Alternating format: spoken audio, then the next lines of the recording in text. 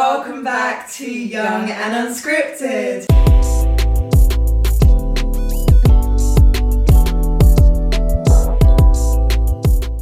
We are super excited for today's episode. We have an absolutely incredible guest on, somebody that I look up to a lot in the industry, an amazing man, an MBE winner, an Olivier winner. It is none other than Giles Terera. Hey, how you doing?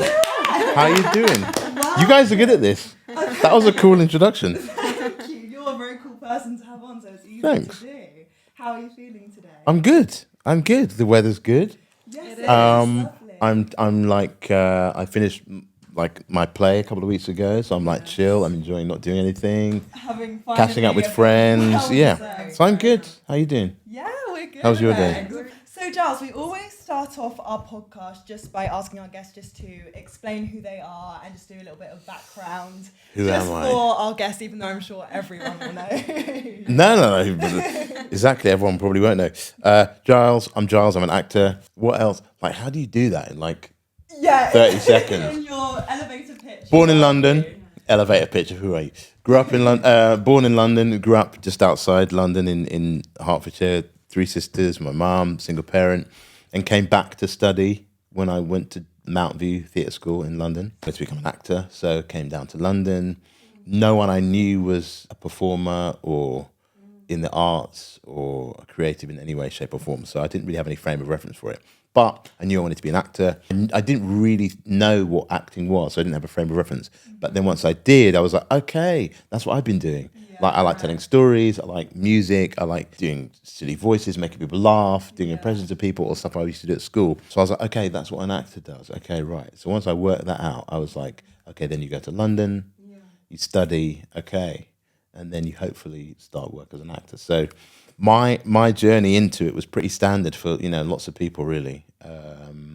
Didn't have a huge theatre background, but really liked it. And then you kind of find your way in. Hopefully you get someone who's going to encourage you or inspire you or help you out and say, okay, well, maybe go here or look at this or find out about this school or this college or this course or whatever.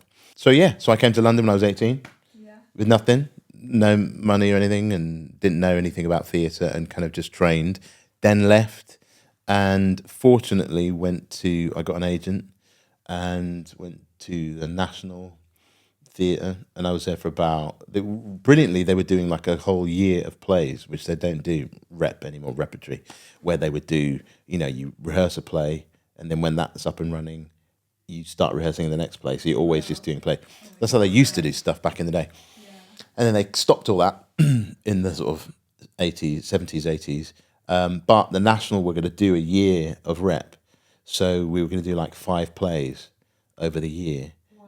And then there was 50 actors. So you were in 2 each or maybe 3. I was in 3 of the plays. So you start working on 1 and then we rehearsed that. And then once that was up and running, we'd start rehearsing the next one. And then they'd be in rep with each other in performance. So you do 3 nights of one and then it swapped to the other one. And then after a couple of months of that, we then started work on the third one, the third production. So it was like an amazing apprenticeship, really. Yeah, it was great. So from then on, and then they added a couple of plays on at the end of the season, which I stayed on for. So I was there for about 15 months in the end. And so that's how I kind of got started. And then I was like, okay, theatre. I didn't know anything about theatre. I wanted to be like in films and stuff. Because and now you're predominantly in theatre. Yeah, because that's kind of just how I ended up starting. I just started in theatre after the National. I went to the Royal Shakespeare Company for about a year. Wow. So there were 2 long, big contracts in theatre, and I was like, okay, this is what I love, because you've got an audience. You're doing much broader range of things than you would be on screen, especially at the beginning of your career, where you're kind of a young person, so you're only playing a young person, whereas the plays that I did at the National, you're playing people from different countries, different ages, different social status, different time periods. So you're really kind of stretched. But yeah, so that's in a nutshell, how I kind of go into it. Yeah. Going back to Mount View, which is where you studied, what would you say were the fundamental things that you learnt there that you've carried on with you throughout your career? It's a long time ago, so now I've got to remember. Work really hard. Just work really hard. That was my thing of like, I didn't know, we didn't go to the theatre. We didn't have any money when I was a kid, so we didn't go to the theatre. But my mum would take us to the cinema, like on the weekends or whatever, to see a matinee on the, occasion that she had a day off. We might go to the cinema, and we would go to the pantomime. I can't really remember that. Mum was like, yeah, you used to take the pantomime every year. But I kind of vaguely remember that. But we certainly didn't go to theatre like in London or anything. Yeah. And I didn't know that even existed. But when I got to Mount View, I was surrounded by people who, they seemed to know everything. Right. Like their parents took them to Stratford-upon-Avon and to the National. They knew who all the people were, all the playwrights, all the directors. I had no idea about any of it. Yeah. So I always felt like I was kind of catching up. And that's quite a common thing, I think, if you come from a not particularly kind of well-off background. You're always like, okay. So when I got to London, I was like, okay, well, I've got work to do to kind of, so that I'm on this equal level with everyone else who seems to know everything. You have to know about all these things in classes, and I'm like, oh, I don't really know what they're talking about. Yeah, it's a lot. I've got to work hard. But the hard work thing paid off because I just worked very, very hard. And but again, also because I was curious and I just wanted to know how it all worked, and I loved it, and it was exciting and it was fun. So it kind of paid off in terms of when you get to the third year, you then do, and I think it's similar for most drama schools, you like work on different projects and different aspects of performing in the first and second year. And then when you get to the third year, you just do performances. Yeah. So they'll program a bunch of plays or shows, and you'll just do that. You don't do any classes, you just do performing. So when I got to the third year, I had got really good stuff. I got cast in really good parts, and people seemed to sort of know that I was someone who was going to work hard and that was passionate about what I do. Yeah. So that's a basic thing that applies to any profession, I think, or any walk of life. It's like, if there's something you really want to do, do it fully. Yeah. Do it fully as hard as you can. And one of my drama teachers was like, okay, because I don't know if you had this, you would get like at the end of term, you'd have like crits of all the critiques of all the people, so you'd have to sit around. Oh, yeah. And the teacher would be like, okay, now, Sienna, this is what you've done this term or whatever. Yeah.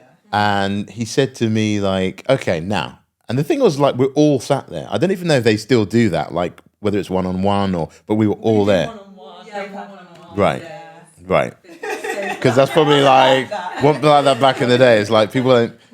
Yeah, exactly. But he was like, but anyway, it was good because you could hear and learn from what they were saying about other people as well, and go, oh right, yeah, well, I need to work on that. Or, so he was like, okay, when Giles works hard, when Giles knows what he's doing, he can be good. He's got the potential to be a really good actor. And when he doesn't know what he's doing and he's unsure of it, like he's shit, basically. He didn't say that. He didn't say shit. But it was like, but it's so true. And it sounds like maybe like a harsh thing, but actually it's not, because I feel that, definitely. I still feel that now, is when I don't know what I'm doing, and it's fine to not know what you're doing in the first week of rehearsal, say. Yeah. Then I'm like, some people can just walk on stage or say, start reading a script, and they can just make it seem natural, and they can own it, and they can.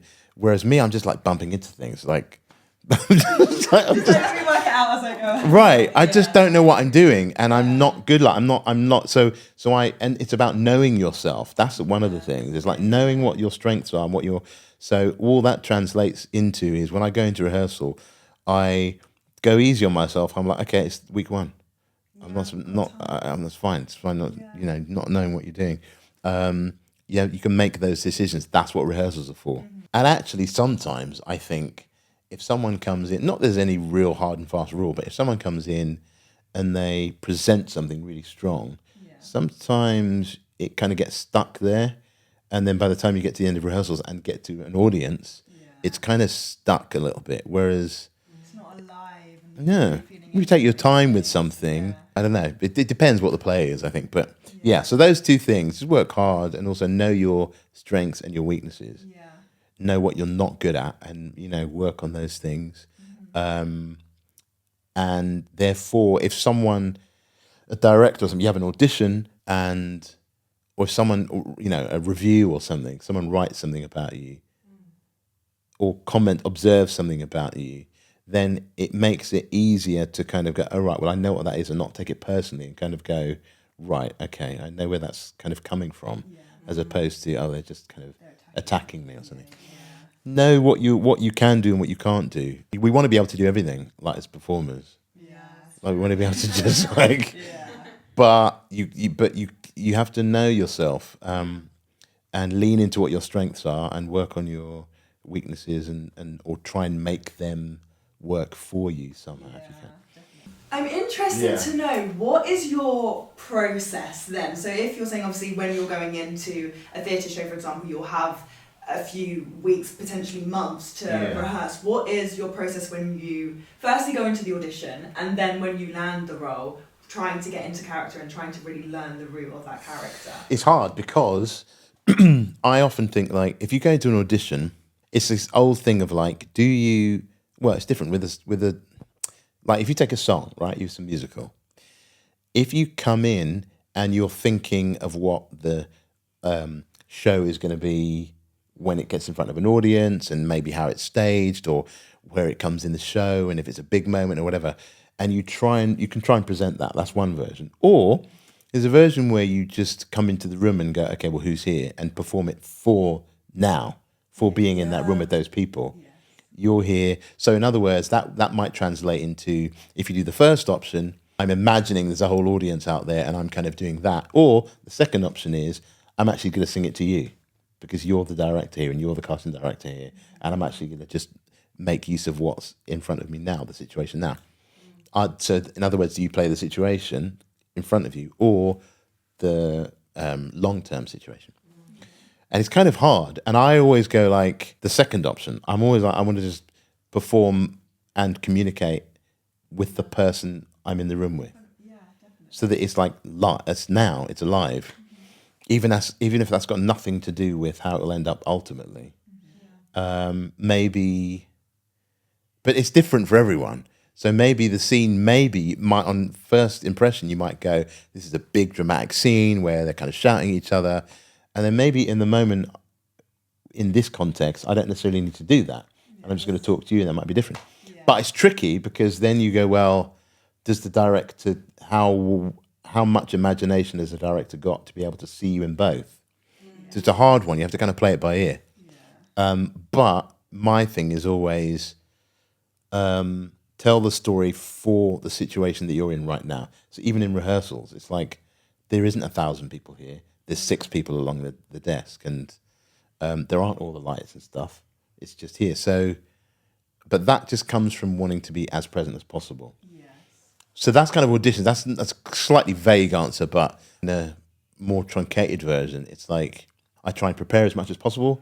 I hate it when you don't get a lot of time to prepare, which often happens with musicals as well. It's like you might get the material the night before or the day or so before, and it's like, or you get a recall. It's like, oh, can you learn this as well when you come back in 2 days' time? And I've also got to do my job and I've got to do my family stuff, and it's crazy. So I like to prepare as much as possible for that very reason I was talking about before. If I know what I'm doing and I have lots of time to kind of just prepare, then I'm okay. And if I'm not, I'm like... And then just be as present as possible in the room. You can't really tell what's going to happen when you walk in the room here, right? You don't know where you are both going to be sat. You don't know if you're all going to be there. You might be on a meeting after lunch and you're going to come back in 10 minutes or so. You don't know where the piano is going to be. You don't know anything about what's going to be in that room. Yeah. The only thing you know is what you bring into the room. So I always think like, that's what I want to concentrate on.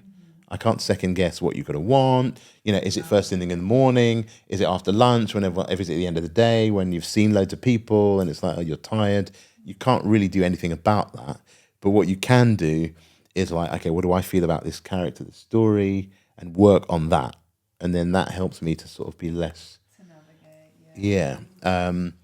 And then once I get the play, if you're lucky enough to get the play or whatever the show is, I tend to, it depends. It's very different for each role that I do. I don't really have a set way of doing things, but I would do as much research as possible. So I'm about to do a play later on in the year. So I would do masses of research about this, if it's like this play was written in a much different time period. It's a Shakespeare play. So, okay, there's loads of shit in there that I have no idea what it's about, to do with the religion at the time and society at the time and politics of the time. So I kind of have to have a real broad understanding of what the period is, what the context is. And then the closer I get to rehearsals, I kind of hone that down until I'm really just looking at the text. And hopefully all of that stuff will be kind of in there somewhere. Yeah. I love research. That's what I like about acting. I love finding out about, I have no idea, time periods and cultures, different people. Well, you learn so much from acting, isn't it? It's just not one of those things where it's like, okay, you're just an actor and that's all you do. Well, no, there's so much to about it. like history and culture and all of that, It's really fascinating, and I feel like people don't give actors enough credit. No, it's true. It's like stuff I would never ever dream of knowing, or and you get to study all of that. And it's like, it's cool. It's like being at, we didn't do history. We had a weird thing where we had a kind of a mashup of like history, geography, and the humanities. So I'm like, we did certain stuff, but I love history, and that's what I love about acting, is you get to find out about these all these different periods. And it's interesting because the play that you wrote by yourself, The Meaning of Zong, and also starred in, again, that's a huge part of history, and I actually wanted to talk to you about that. And I wanted to ask you why that specific story, why did you feel like that needed to be told now? Because I'd heard about this story. It's a big story, but in a nutshell, it's a story that happened a couple of centuries ago in the late 18th century, 1780, which interestingly is exactly the same period, the same decade that Hamilton happens in. It's the same thing. Wow. It's the same period. So Lynn was basically having the same idea, but yet the American version. At the same time, I heard this story about this British ship, and this terrible series of events happened on board this ship, full of enslaved people, and there was a trial that came about on the back of this event, and that trial changed British law and had a massive effect on British history, basically. And I'd never heard about it. Never heard about it at all. Really incredible story. So I wanted to find out more about it. And then in doing that, then I was like, I need to make a piece of theatre out of this, because it's a really incredible piece of story. And two, it really, for me, highlighted the beginnings of so much of the things that we face now, today. So we kind of think, oh, right, that's in the past. And, oh, God, slavery, trauma, I don't want to hear anything about that. But actually, we are living the legacy of all of that stuff. So when I was getting this story, I was like, oh, wow, that's why we do this now, and that's why this happens now. And that's a spillover from what happened then is now. So I thought, okay, that's why I want to tell the story now, because there's a story there which isn't just, if we do it right, it's not just a history piece. It's actually about today. So the way I wrote the play, it starts today, and the very first scene is a guy in a bookshop, and he's questioning the person who works in the bookshop, and then from that moment, in fact, it's a woman who's going into the bookshop, and we then flip back and start unpicking the central question that she talks about in that first scene. So for me, that was always really important. If we're going to tell a story, it needs to have some kind of resonance with now, and be able to give us something of understanding of ourselves now. And that story, I thought, really did it. In the same way that actually Hamilton done as well. The way that Lynn kind of served that story up was a way in which we go, oh, right, well, okay, I understand a bit more about myself from understanding about these people who've kind of come before. Yeah. And how did you find writing it but also starring in it? Did you find it hard to kind of detach yourself as either the writer or as the actor, or did you find it enhanced your experience? Yeah, no, I didn't to begin with. I wasn't thinking about acting in it at all. Right. I just wanted to write it because it was such a big thing. Yeah. And I was like, well, let me just concentrate and wear the hat of just being a writer. And then I did quite a few years of R&D of that. And I got in contact with Bristol Old Vic Theatre. They were helping me develop it. And then we were supposed to do a production in 2020. And then lockdown happens. We couldn't do that. So we did exactly the COVID thing. Yeah. So then we did it on the radio. We did a BBC version, a radio play version of it. And then when we did that, Tom, who was the director of that, he said, okay, when we do this on stage, we should direct it together. And also you have to be in it, because I played the part, is one of the parts in it, on the radio version, because we couldn't find, no one else was available. So I was like, okay, I'll do it. So then after that, he said, okay, you need to be in it when we do it on stage, and we need to co-direct it together. Because the fact that it was on the radio meant that obviously there's no set, there's no theatre, no nothing. So I was actually quite able to talk to the other actors about certain parts and certain characters and certain bits of the story.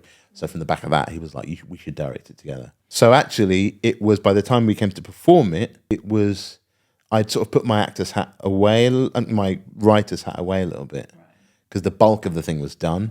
There are a few things that we needed to shift around, but I could concentrate on it like I would a normal play, really. So yeah, it was cool. And then also, if you get the lines wrong, it's fine, because you're the writer. Which I didn't, because I'm like, having written it, spent so much time writing it, I really understand writers when they're like, listen, that's and, not but. And you absolutely have to say it. It's there for a reason. So yeah. Going back to Hamilton then, because I know you loved doing Hamilton and everyone loved watching it. I mean, it's my favourite thing I've ever watched in my life. It's so incredible. How was that process for you when you found out that you were going to be playing Aaron Burr? Did you always want to be Aaron Burr, or was there another character that you were more drawn to? Okay. When my agent called me, he was like, you need to listen to the show Hamilton that's on in New York at the moment. I was like, well, I'd sort of heard of it, but what I knew was that it was like a hip hop show. That's all I knew. So I was like, they're going to get someone, more hip hop, more younger. I'm like kind of jazzier, more laid back thing. So I'm like, he's like, just listen to it. So and then I was like, who do they want me to play? He said, Aaron Burr.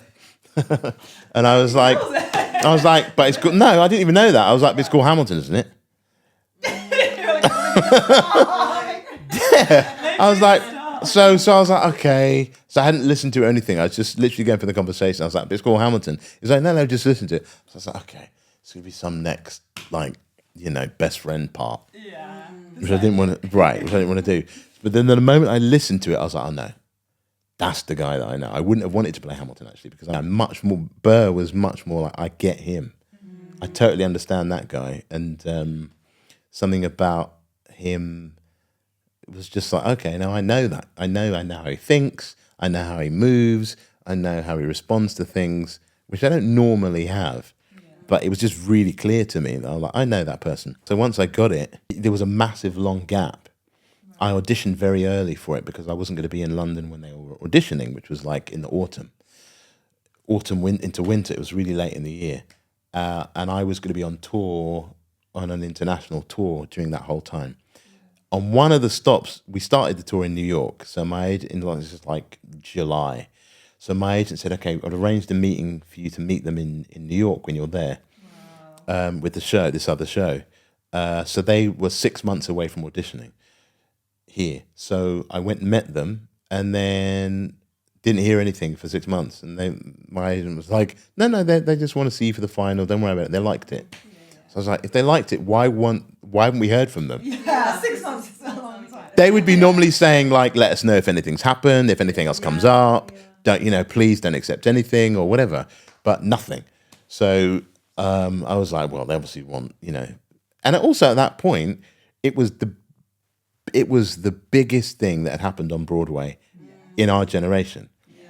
And Lin-Manuel, when I went and saw it in New York when I was there before I met them, a couple of days before the audition, and Lynn had just left but there was still a couple of the original cast in it. Chris Jackson was still in it. I think Renee was still in it.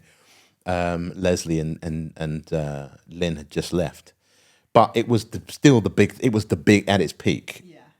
They had just been on Broadway for a year, so it was like at its peak. So I was like, they're going to bring the original cast over. Why wouldn't they? Like, I would love that because they're amazing. We'd get to see them. So because I didn't hear anything, I was like, well, I'm not going to get it, and they're going to bring the Americans, and like, fine, it's not going to happen. But my agent was always like, no, don't worry. They said they liked you. They don't need to see any more. And so they came back at Christmas, or they came back in the winter, and then the finals were just before Christmas, on my birthday actually. And so I went and met them, and Lynn was there, and I got it. And then there was a year after that before we started rehearsals. Well, we were supposed to start in like August rehearsals, so that was December. And we ended up starting in like October, I think. Okay, that's really big. So 10 months at least, 9-10 months. So you can't tell anyone you're in it. You can't do, you're not allowed to do it. You're sworn to secrecy. So then I'm having to do what I just said, which is just prepare, work, learn about. I knew a bit about our version of that time period, but I didn't really know about the American Revolution too much. So I was just like soaking up all of that stuff. Yeah, and just trying to learn it, just trying to get it learned. So by the time you got to rehearsals, it was like, I just want to get on and do the rehearsals, Yeah. So it was, and then it was cool because I'd seen the show on Broadway, and in my recollection, Burr just kind of walks up and then talks to the audience, and then goes and stands over there, and then sings another bit later on, and then comes and tells a bit more narration and stuff. But when we had to go to rehearsals, it's like, these people are moving all the time. The dancing. Because the show is so beautifully done, you don't really realize the detail, the specificity of how much people are doing all the time. So Burr might be, there might be stuff going on downstage dance-wise, but Burr is now all of a sudden, he was there and now he's over there. And the journey from there is like a massive one with like, you've got to move around this person, this lift is happening in front of you, try not to knock people over, the revolve is going, and there's so much. So because there was so much to do, you didn't really have time to be like stressed in the way that you had been, which is like, oh, Hamilton's this big deal. It was the stress of like, where am I supposed to be? What are my lyrics? What are the notes? What is the choreography? That was the thing. So that meant that it kind of just went really quickly, and it was good in a way because that's what we're used to as performers, right? We're used to just doing the work and trying to take all this information in and then turn that into something, effortless.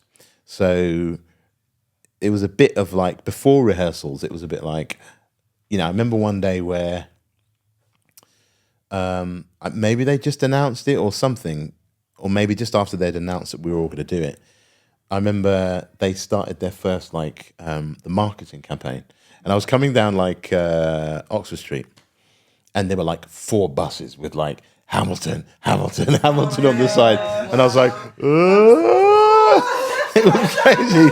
Exactly. So it'd all just been like here, and I hadn't really told anyone. Hadn't told my sister. I told my sisters, but you weren't allowed to tell anyone. And then all of a sudden, it's like, okay, this is happening. So that was wild. But then, like I say, that it was quite easy to get rid of that bit of it because you just have to concentrate on the work, What was it about Hamilton particularly that made you want to write your book, Hamilton and Me, the Actor's Journal? Why specifically Hamilton? Why not another show that you did? Because I didn't intend to write a book. Okay. I didn't set out to write a book. I always keep a journal, just like in notes and stuff from when I rehearsed, especially with Hamilton because it was so intense, and there was so much to remember that I needed something to just be writing down at the end of the day to just get my feelings out, so that I wasn't kind of carrying around them or getting like anxious with them, and you sort of need that outlet. So I normally keep like a journal, and I definitely kept one, kind of more detailed one in a way, for that. And then that was it. That was as far as it went. And then in lockdown, so I finished at the end of 2018, so then 2019, and then when lockdown happened, I was going to write another book. I had another idea for a book about kind of this stuff, like what's it like to be an actor starting out and how you get through training and how you begin, and something that's kind of useful for young creatives. And then I thought, oh, maybe part of it I'll use maybe a chapter on like a musical theatre chapter, and maybe I can use some of the stuff from Hamilton. So I dug around and I couldn't find my journal. I found it in the end. I started to read it and I was like, actually, this is quite interesting, quite moving in a way. Because it all happened so quickly in rehearsals and that whole period of rehearsals and previews and performing, it was almost like I was reading it. It was almost like it was someone else's diary that I was reading. So I sent it to my agent and I was like, this is quite interesting. And she was like, okay, forget the other book. This is the one you should do. She said, that's the book. She said, everything you're talking about is all in there. What it's like to be a performer, the highs, the lows, the anxiety, the work hard, all of that stuff, the rehearsals, the friends that you meet, all that kind of stuff. What you draw on as a performer from your past, from your own experience, all that stuff, she said is in there. And it's in a way which is not self-conscious because you didn't set out to write a book. Yeah. If I'd set out to write something, it'd been very, very different, I think. Yes. I think I'd be too conscious of it, too self-conscious. So I was like, not sure whether if you were in the rehearsals or in the company, I thought maybe but if you weren't in those rehearsals and you don't know what being in a musical is about, will that make any sense to you? So I sent it to some friends who are not in the business, and they were like, "Oh no, this is great. This feels like I'm following it, and it's exciting, and the process is really clear." So then I said, "Okay, well, if Lynn likes it and thinks it's a good idea, then I'd feel confident about doing it," because it took a while to kind of get my head around it. So I sent it to him. I was umming and ahhing about it.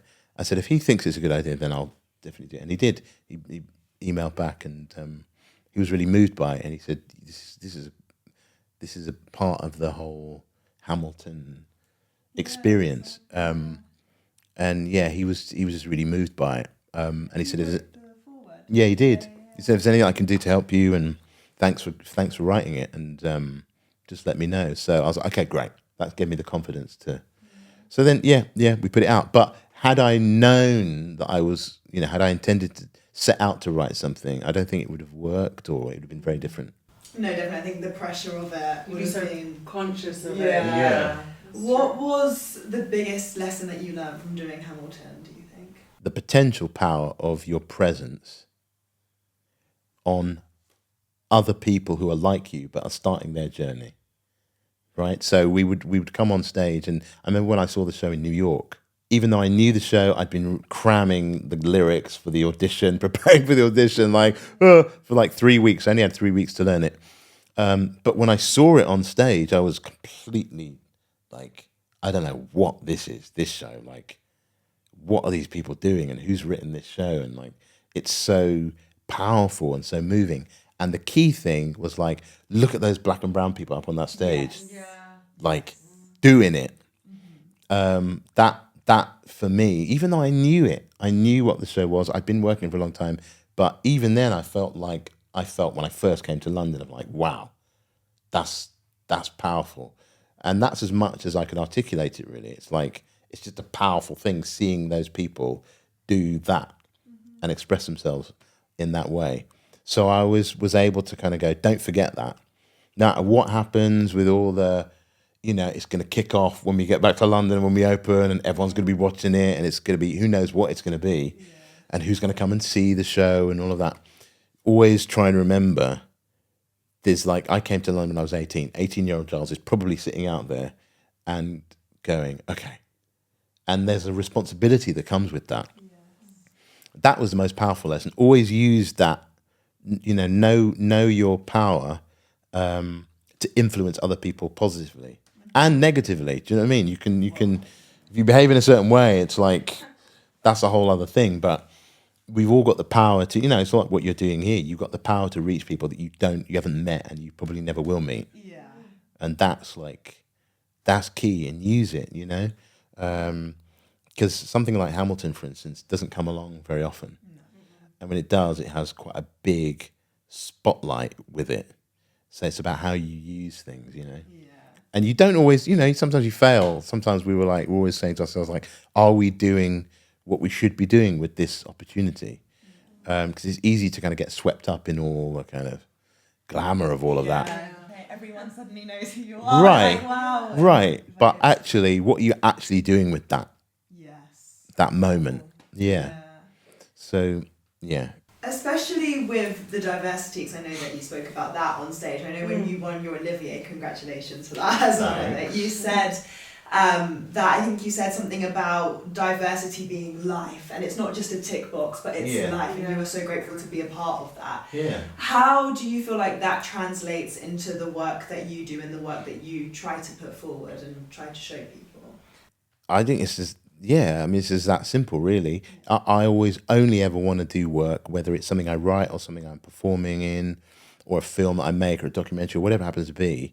I just want to make work that reflects the world that I'm in.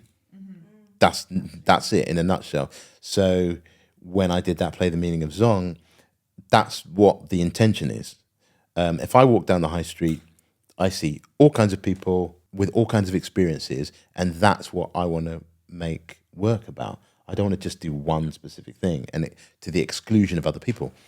So it's a very straightforward thing, really. It's like, I just want to make work that looks like the country I live in. And Lin-Manuel said the same thing in terms of casting it.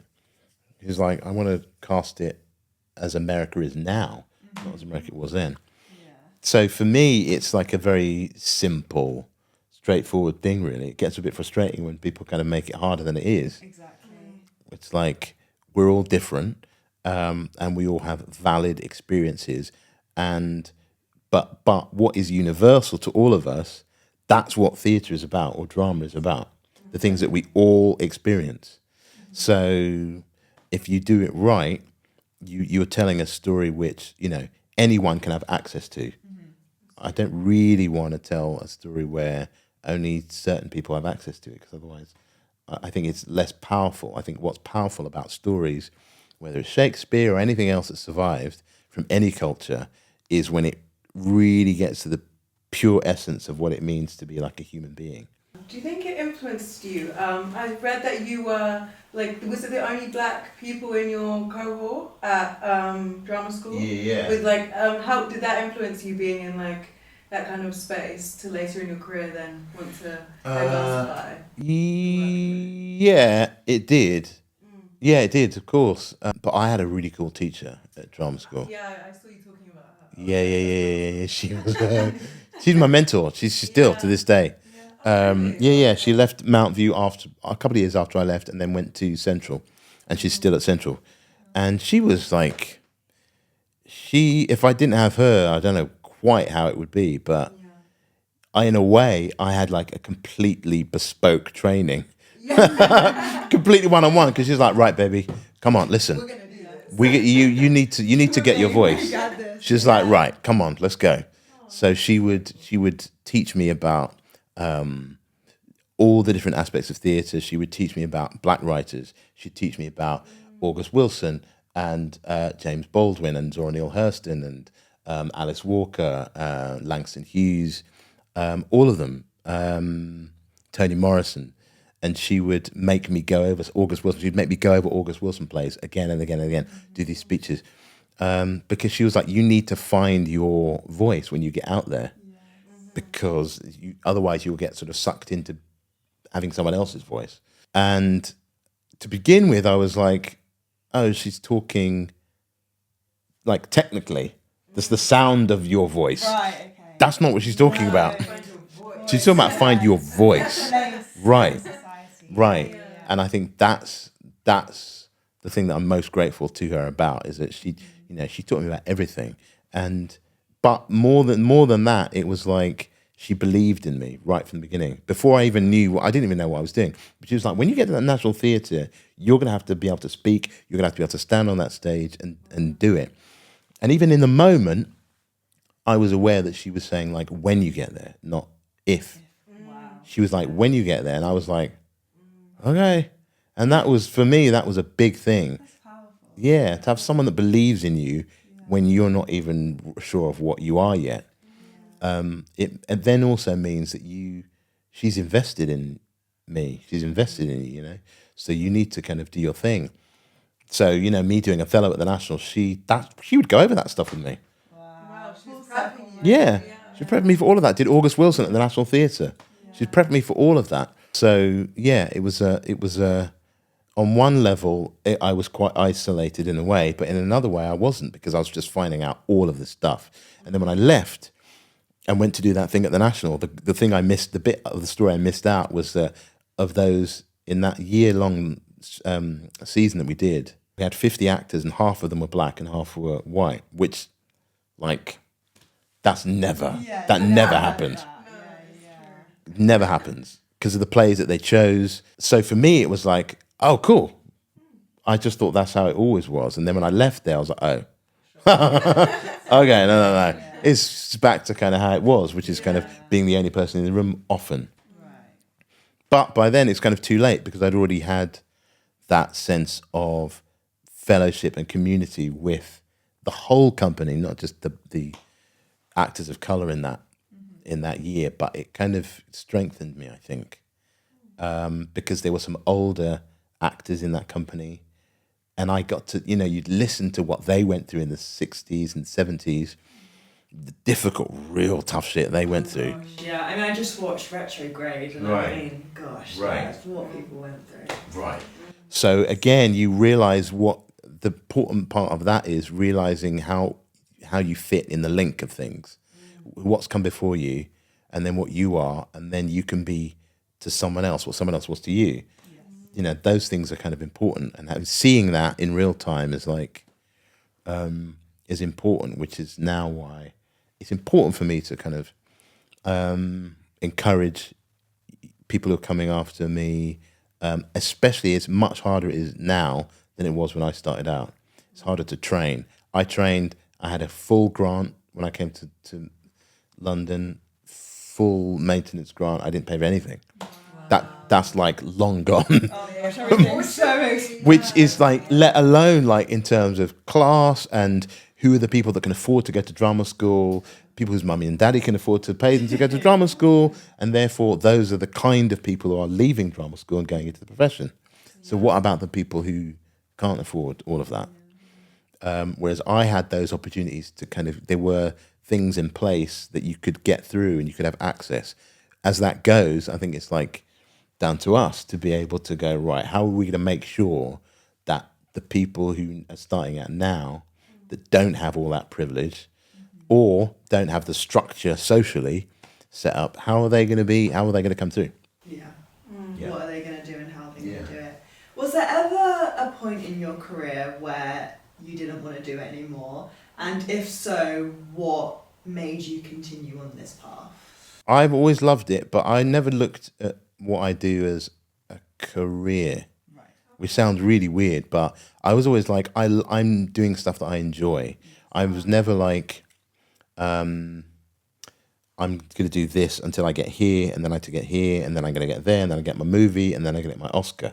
I was never thought like that. I was like, I want to do things which interest me and that are fun and that are challenging, that I've never done before, until such time as I need to pay the rent, until I just have to be that kind of cut and dry about it. I always want to make sure for as long as possible that I'm just doing stuff that I want to do. So I've never really got to the point where I'm like, I don't want to do it. And also I do different things. So Always switch it up. Yeah, I like to try different things, and I like to express myself in different ways. And I also think that I kind of come from a tradition where storytelling, there isn't really any difference between spoken word and music and dance. There's none. It's the same thing. If tradition, an African tradition, or whether you're in the Middle East or whether you're in the Far East, it's all the same thing. If you go back far enough, it's only recently where we've kind of gone, okay, well, you're a dancer, you're a director, you're a writer. As far as the Greeks were concerned, the same person that wrote it was the same person that stood up and performed it, and they used music and they used movement. It's all the same thing. So I kind of, in my own head, think that's the tradition that I'm from. So I don't really look at it like there's these kind of distinctions and barriers, divisions between what we do. I have a story that I want to express. Do I want to express it through a book or through play or through a documentary or some music. You just have, I just suit the form to the story. Yeah, how best to tell the story. Yeah. That sounds a little bit like, I don't know what that sounds like, but that's just my... No, it's insightful, definitely. And it's That's so my true. thing. Like, it's all performing in some sort of way. Yeah. And so it's creative and they all Yeah. definitely merge together. Yeah. So I never wanted to swap. I just swapped and do something else. Or Yeah. No, definitely. Do you find though, even though everything is linked, I suppose with theatre then and then TV and film, do you find there's a big difference with that? Because I feel like with TV and film it's a lot more technical. You don't necessarily get as much creative freedom as you would perhaps like as what you get in theatre, or if you had a different experience. For me, it's this flip side. I like being in the theatre because you get a lot of time to play and rehearse and come up with stuff and discard stuff. And but then in film, what I like possibly more, it's just in a different way, is that you can kind of throw yourself completely into that scene in a way that you can't do really in the theatre, because the technical aspect of the theatre isn't that you've got to hit your mark so much as you do on screen, but it's the fact that you have to reproduce it every night safely.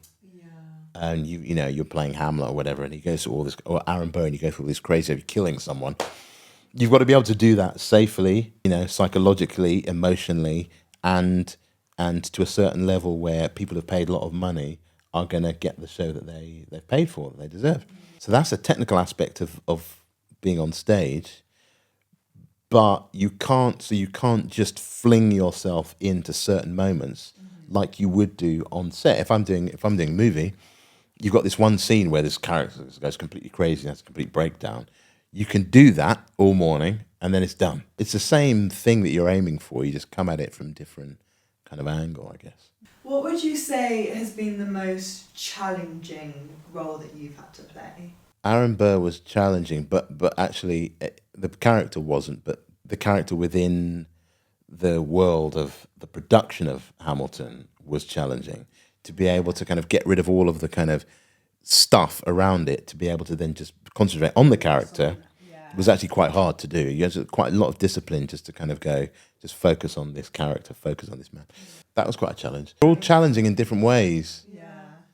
And I like to do stuff which is challenging. So, there are different aspects of them that are challenging. Like, for instance, I did a play last summer called Passing Strange, a musical, at the Young Vic, and I will walk on stage at the beginning and I sing for 2 hours and I do not leave the stage. That's it.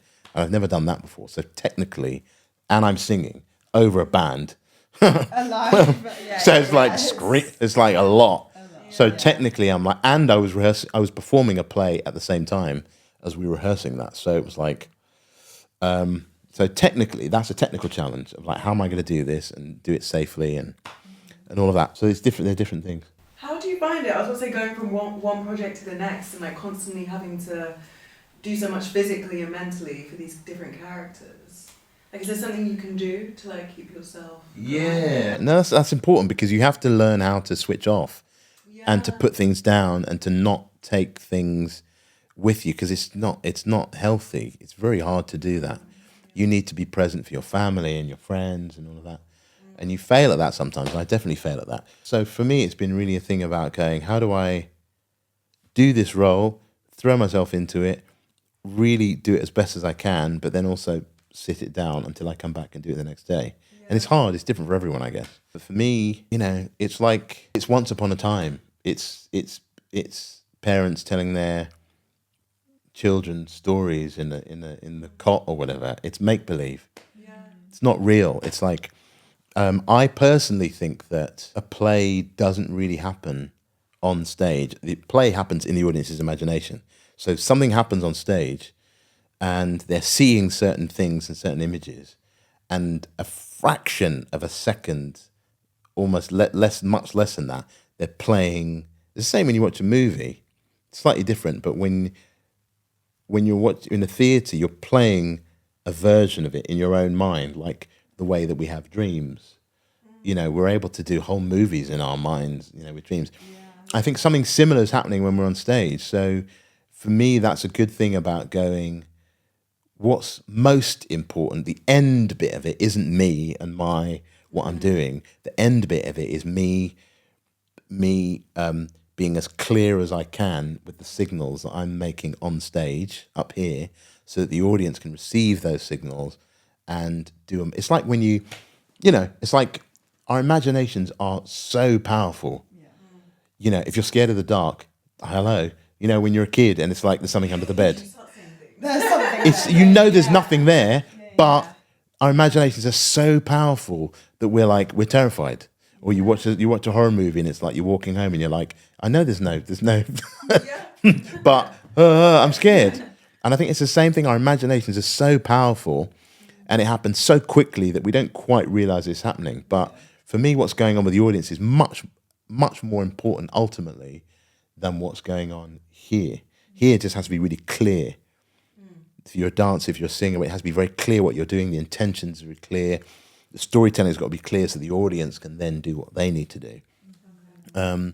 Because an audience doesn't cry. Like sometimes at the end of Hamilton, you'd hear like people in the audience like crying at that really bit at the end, which is really moving. You'd hear like people like really, and sometimes that's because, they've waited 2 years to come see Hamilton. Yeah. But most of the time it's because of the storytelling. Yeah. And it's their storytelling. They know that Jam Westman is not dead on that stage. Right. They know that. But they believe for that second. So why are tears coming down? Because they're working their own version of that. Yeah. And what would I do and how do I feel about if that was me? And so that's something which I was really trying to remember. It's like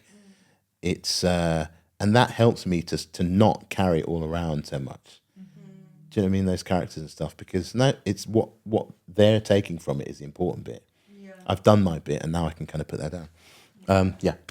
Going back to the Hamilton, the final moment where Eliza does that. There's been so much debate about what that actually represents and what that means to you. Yeah. What does it mean? Because some people are saying, it's her realising that people are actually seeing her story. Because obviously she's told everyone else's story. People are finally seeing her story. Some people say, it's her dying. There's so much debate. What do you think it is? That is exactly what I'm talking about. Because it's absolutely down. If there's 1,000 people in that audience, there's 1,000 different versions of what that moment means to them. Yeah. And I think that, Tommy Cale, who directed it, we've since that show, we were friends at the time, but since that show, he's like, that's one of my best friends.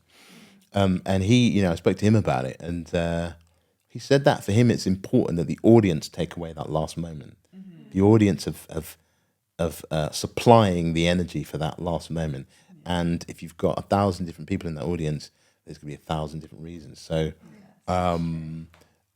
I know what I feel, and I ain't going to tell you.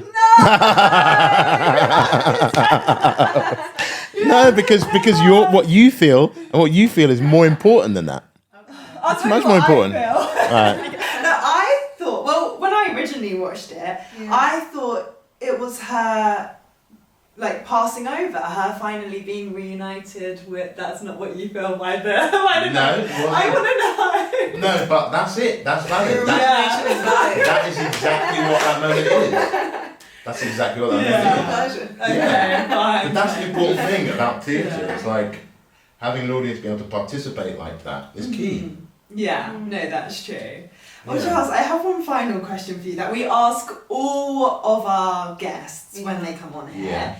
What advice would you give to an upcoming actor, and what would you say are the fundamental things that you've learned that you would pass down to them coming into the industry? Know your strengths and know your weaknesses. Know who you are. Know what it is that you do. When you started out, before you came to drama school, before you came to London or Paris or New York or wherever, when you were at school, when you were a young person, there was something which made you go, I want to get up and tell this story, or I want to do this funny voice, or I want to do this dance, or I want to sing. And that thing was there right from the beginning. And that thing will be there at the end, hopefully, of your time in this place. And everything else is kind of on top of that. So you have to protect that thing within you, which was the first impulse, because that was there when you weren't a star, when you weren't an Oscar winner, when you weren't a multi-millionaire, when you weren't on the front cover of all the magazines. That thing was there then, and all the other stuff will go. That one thing is the thing which is, Lin-Manuel was like, okay, I want to write this story about this guy who was one of the founding fathers, and he went through all this stuff, and he had this thing, and he messed up a bit, and he kind of did this, and he was selfish, and then he kind of tried to help. And I want to write a story about that guy. And so he goes to the White House, and he says, okay, I'm writing this show, and I've got one song that I might sing from it. It's the opening song, and it's about, Alexander Hamilton, and we did it with hip hop, and everyone, cut to the Obamas, like going, great, sure.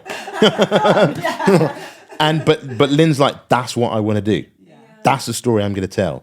Cut to 6 years later, and 8 years later we're doing it. Or 6 years later he's at the White House, again, doing the whole thing. Yeah, it's incredible. So that comes from him going, that to me is always a perfect example of like what everyone else thinks you should be doing or you ought to be doing or is going to be worth you doing isn't necessarily what you think is going to be worth doing. Mm-hmm. And you have to really take care of that kind of diamond that's like within you, because that is the thing which will hopefully, if you look after it well enough, shines bright enough that people then see it. If you try and create what other people do, then all you're seeing is, you're trying to imitate something.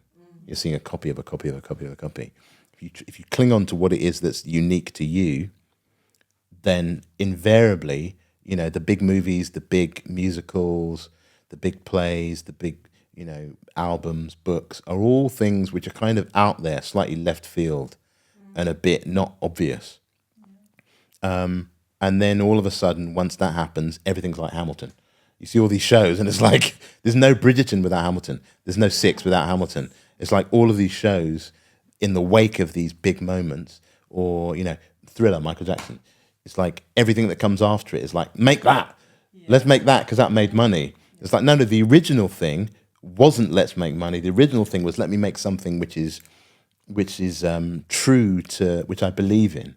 And if you do that, those are the things which are usually stand out successful.